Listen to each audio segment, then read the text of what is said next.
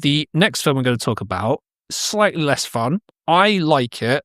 Interested to see what Ria thinks, which is directed by Ruggero Deodato, director of Cannibal Holocaust.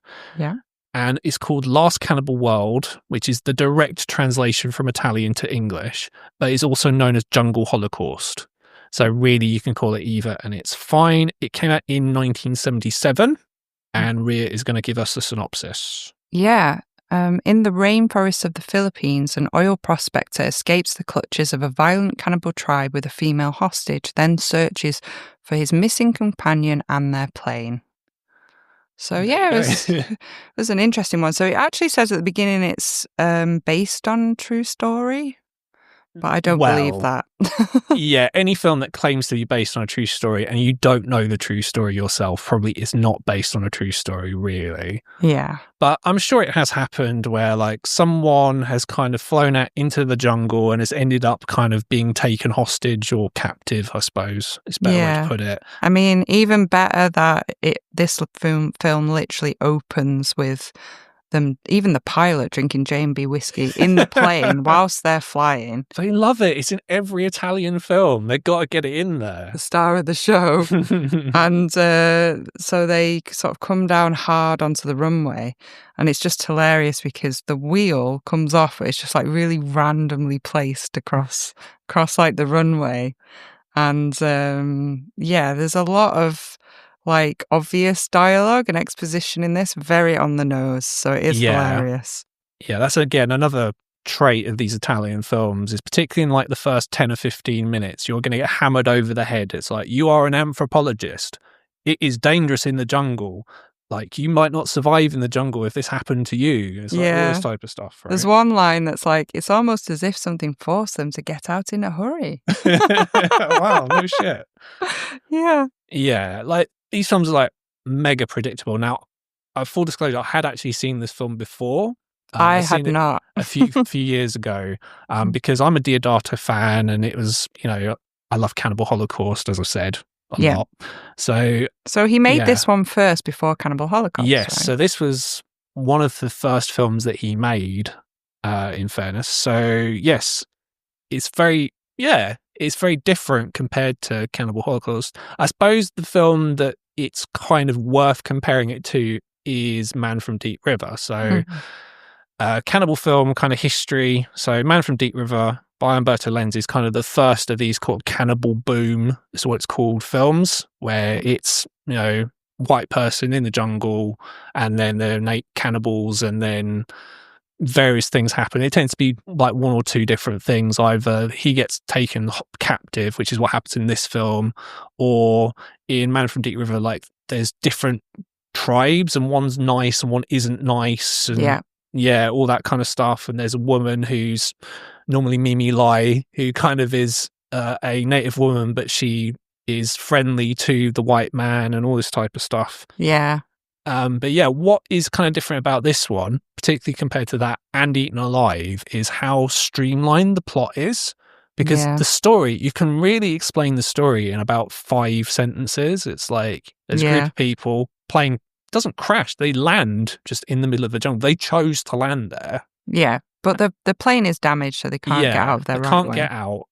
The rest of the party, bar one person who's Ivan Rassimov again, gets killed by cannibals. Your main character gets captured and kept, and various things happen to him, and then he escapes, and then he basically loses his humanity. Essentially, he has to become like a quote unquote savage in order to survive. Yeah, which is quite interesting. There's a lot of like sort of similar features. Like there's lots of breasts again. They've got the baps out. There's a lot of male nudity in this one. A lot, even like young boys, which I feel like it was 1977. Yeah, they really could not do that now. And even like there's a lot of like touching of genitals, which I think would be very risky for them to do now.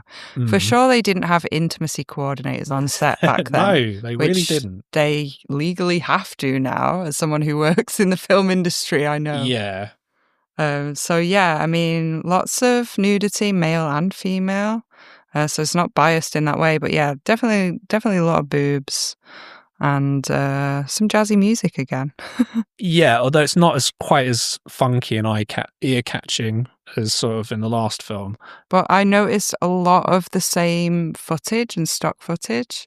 And there was Yeah, one scene in particular, and like skipping to the end a little bit here now, and we can go back. But the part where they sort of gutted the woman and she's fully nude was definitely used in Eaten Alive and this movie, like yeah. literally recognized the exact same footage. So Mimi Lai dies in both films, and the footage used in Eaten Alive is from this film. Yeah. So yeah, they're so liberal with kind of like, yeah, we're just going to take this. We don't have enough money to do this myself, so I'm just going to steal it, Yeah. literally, and splice it in. Yeah, and it's very much the same dusty wigs, dusty black long wigs, with a bit of dirt road dust added to them. Yeah, definitely. Although, again, what I'd say is they at least, and please everyone take this in the way that I mean it, but they look like how you would expect cannibals to look, essentially. Yes. By that, it's not people from the country that they've shot the film in who they've gone, right, you're going to be a cannibal now. Yeah. And just, I don't know, like, i.e. Cannibal Terror. Because that's very silly. So, I mean, they stick to the savage cliche, which is, they haven't had a haircut, they don't groom themselves, they look very dirty, very feral. Yeah, very feral. They're very primitive, very very primitive. There is animal cruelty in this, although what I would say is there's not as much. Yeah, I mean the two most difficult parts I found to watch, like you say, was the alligator. Is it an alligator? Alligators are smaller than crocodiles, so I think it's an alligator. It could be. There is a difference. I don't know the difference myself. Yeah, that part was particularly hard to watch because it is so obviously real.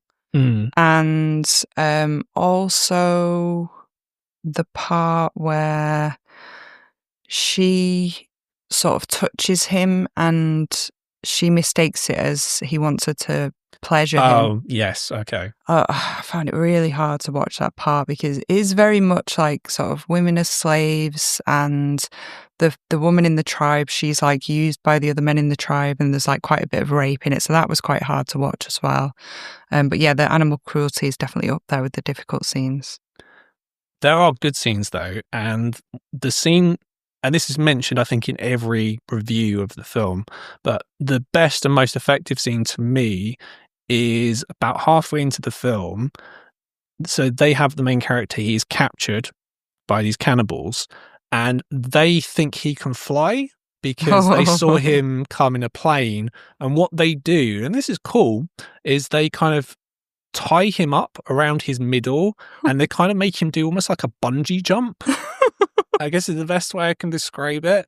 But like, as someone I'm not afraid of flying or anything, but I'm slightly afraid of heights. Yeah. So just something about that and the way it was done just kind of was quite unsettling to me. Yeah, it was a very, very weird scene. It took me a while to work out like what was going on.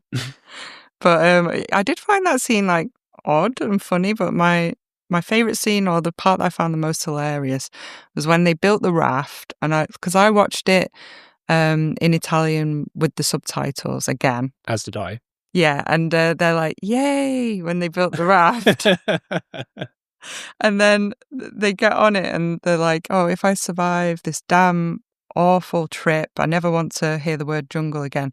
But I don't know why, it just really tickled me that the word jungle in Italian is giungle. So every time I heard that, I just thought, oh yeah, here we go. We're talking about the jungle again. And so they go down the rapid, and there's just this part where they're clearly not in a rapid, but someone's throwing water at the actor's face while he's trying to talk. And it just looks so distracting. Like that guy just deserves a medal for being able to act through that. It's so funny. Low budget, you got to do what you got to do. You just got to get shit done and then move on, innit? So someone is like literally just throwing water at his face and he's just carrying on. So funny. Yeah. If you're in a cannibal movie, don't try and get on a raft in a river. It's not going to work. Lesson that you learn from watching these films. Which the films did you prefer out of this and Eaten Alive?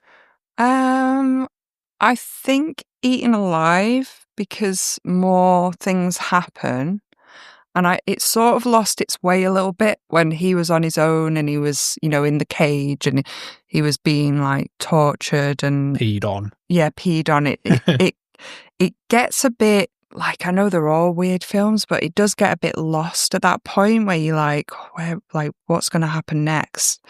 So yeah, I think I prefer Eaten Alive. What about you? I would say I slightly prefer this one. Eaten Alive, I kind of appreciate as just batshit.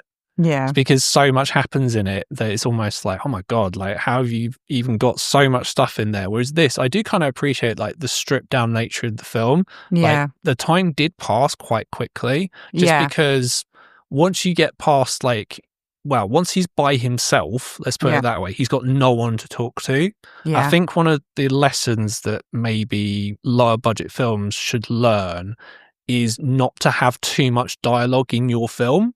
If you are not very good at writing it, I'll just say that without meaning to sound like mean or anything. Yeah. But it's one of these things. It's like if you can get away without using dialogue, where you can kind of tell a story without using it.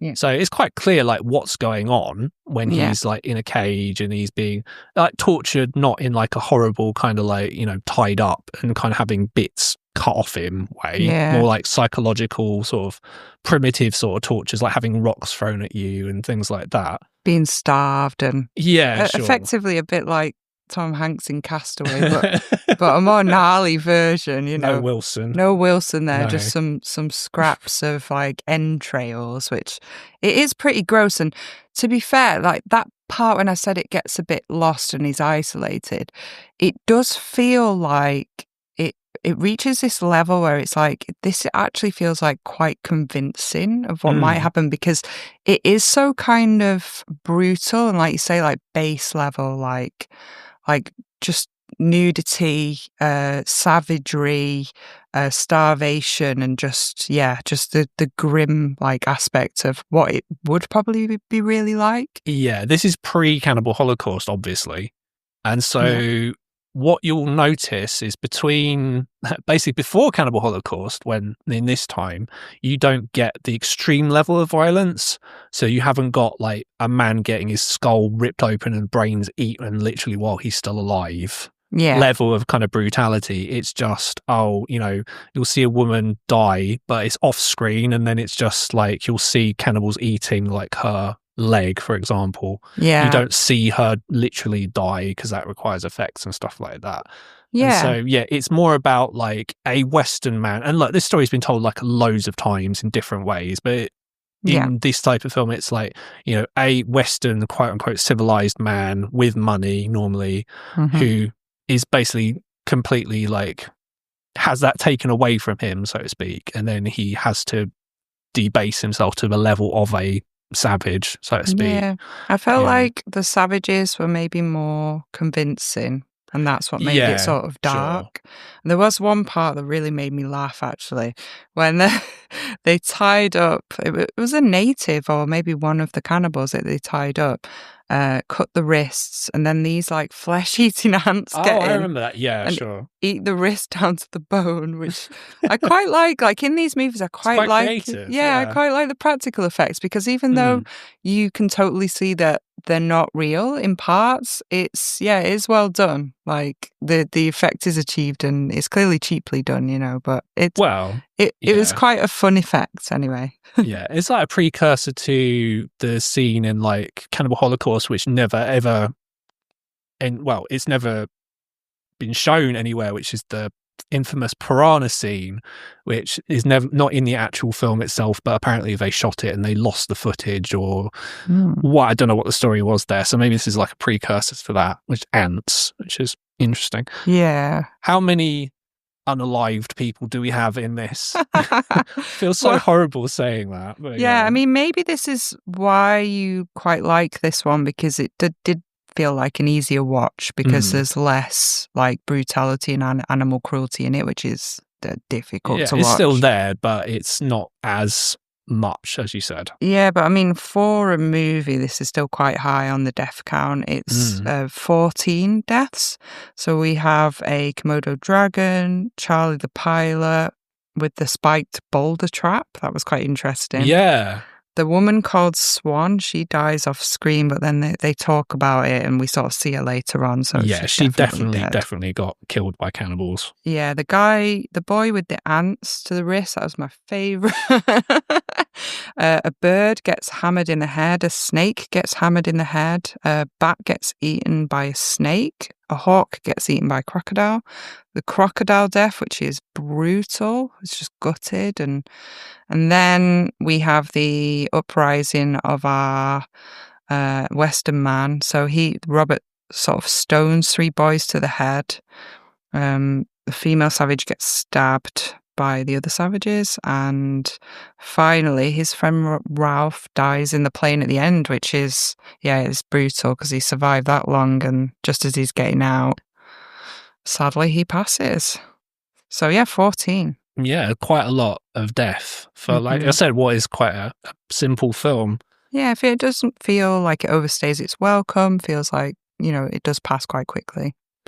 Yeah, and you can tell, particularly in comparison to the next film that we're going to talk about, that, this has been made with competence and style and thought, particularly in some of the shots. Like there's a very early shot where the camera is moving through the grass, which that worked quite well. Or there's a scene where it's filmed in kind of like a hallucinatory way, where again the scene where he's basically doing a bungee. Actually, that's the only way I can really describe it. It's more effective than that sounds, guys. But I mean, the quality of the shots look great. Like the cinematography quality looks great.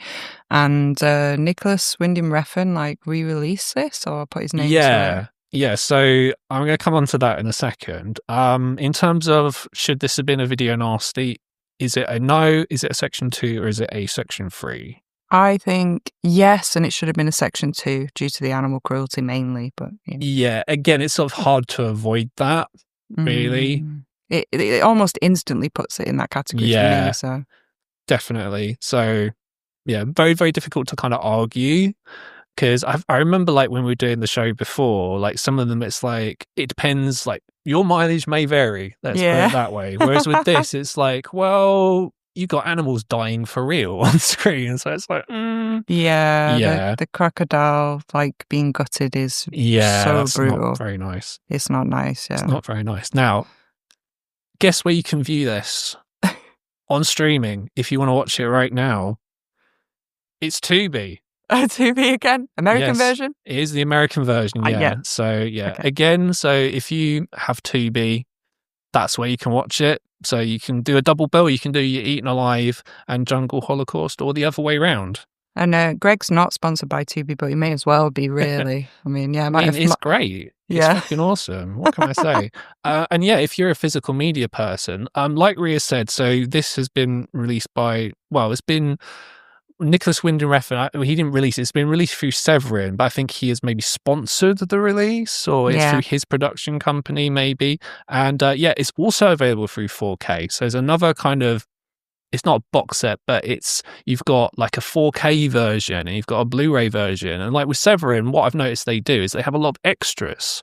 So if you're a person who loves extras, like interviews with people like Mimi Lai, for example, she's interviewed on this, then sure. I mean, I think there's a commentary with it as well, isn't there? Yeah, there's normally commentary tracks. They normally get a film historian or an expert to talk about them. They are worthwhile. That's the one thing I'll say about these sorts of movies is you don't get influencers. I say this as a man with a podcast.